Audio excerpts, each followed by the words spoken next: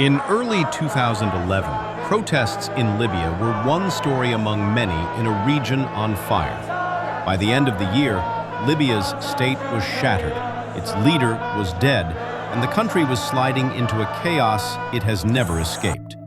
Officially, the war was about protecting civilians. In reality, it became one of the clearest examples of how humanitarian intervention can turn into regime change, and how a single year can break a country for decades.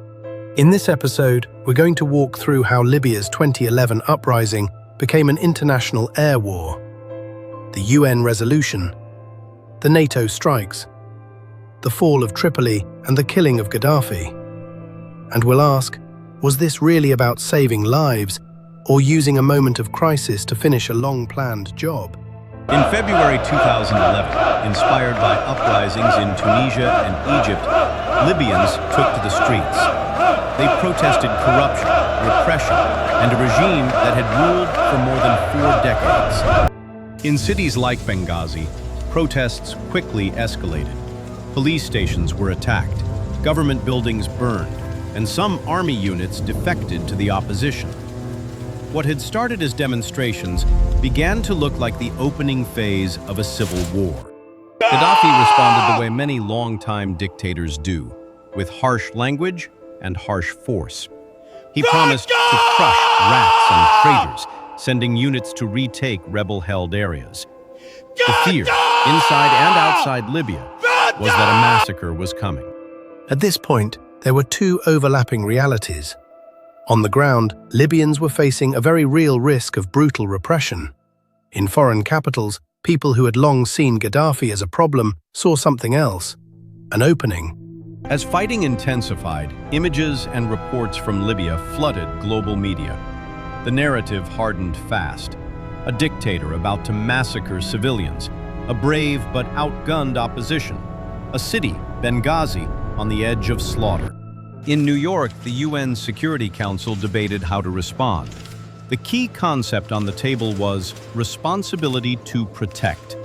The idea that when a state is unwilling or unable to protect its population, the international community has a duty to act.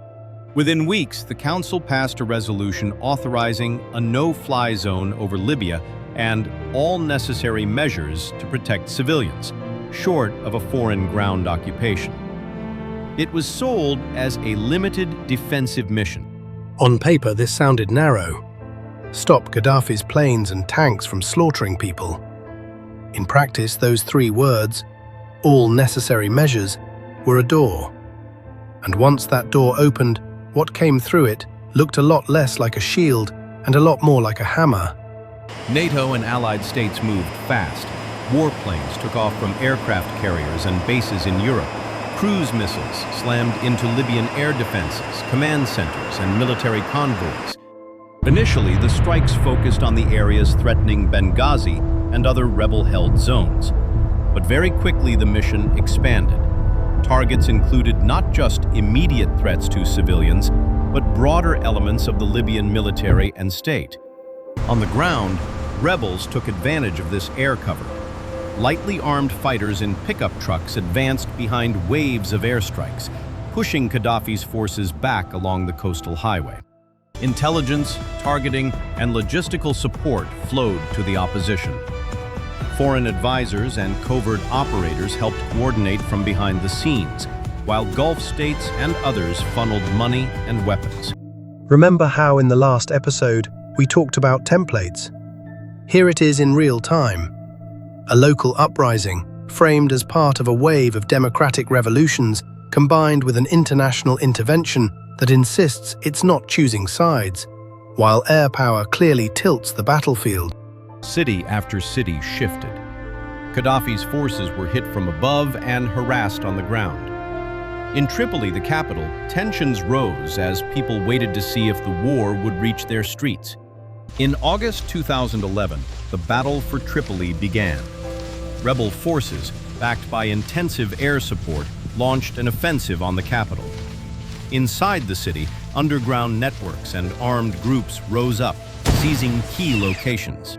Within days, the symbols of Gaddafi's power, The Bab al-Azizia compound, the green flags, the statues, were under attack or in ruins. Television screens around the world showed rebels celebrating in the same streets where regime parades had once marched. Gaddafi himself went on the run, moving between loyalist strongholds as the front lines shifted. In October 2011, his convoy was struck near the city of Sirte. He was captured alive by rebel fighters and then killed in chaotic, brutal scenes recorded on cell phones. Whatever you think of Gaddafi, those images were the end of an era. For many Libyans in the opposition, it felt like justice. For many others, it felt like a lynching. For outside powers, it was the moment they could say, "The mission is accomplished."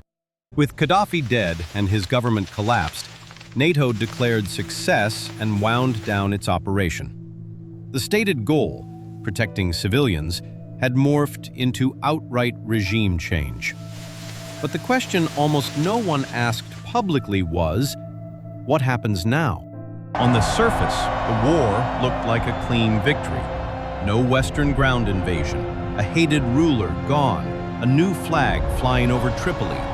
Leaders declared that Libya had a chance to build a free, democratic future. But beneath the speeches, the foundations of the Libyan state were gone. The army was shattered. Police structures were weak. Weapons depots had been looted. Dozens of militias now held real power on the ground. Here's the brutal truth. You can bomb a regime out of existence in a few months. You cannot bomb a new, stable state into existence. That takes institutions, trust, and time, none of which was seriously built before the bombs started falling. For ordinary Libyans, the end of the war brought a confusing mix of hope and fear. Some celebrated. Others worried that old scores, tribal tensions, and ideological rivalries would now explode without any referee. Foreign powers that had been so eager to fly sorties and fire missiles were far less eager to commit to the hard, unglamorous work of reconstruction and reconciliation. Libya was praised as a model of limited intervention, even as signs of fragmentation appeared almost immediately. So yes, 2011 broke Gaddafi's regime, but it also broke Libya. It turned a brutal but functioning state into a patchwork of militias, rival governments, and foreign meddling that still shapes the country today. In the next episode, we're going to look at that aftermath up close. How the question, who replaces a regime, was answered not by ballots and institutions, but by warlords, weapons, and deals made in the shadows. If this episode helped you connect the dots between protecting civilians and regime change, hit subscribe, turn on notifications, and share it with someone who still thinks the 2011 Libya war was clean or simple. Drop your thoughts in the comments. When you look at 2011 now, do you see a necessary intervention that went too far? Or a regime change operation that was dressed up in humanitarian clothes from the start?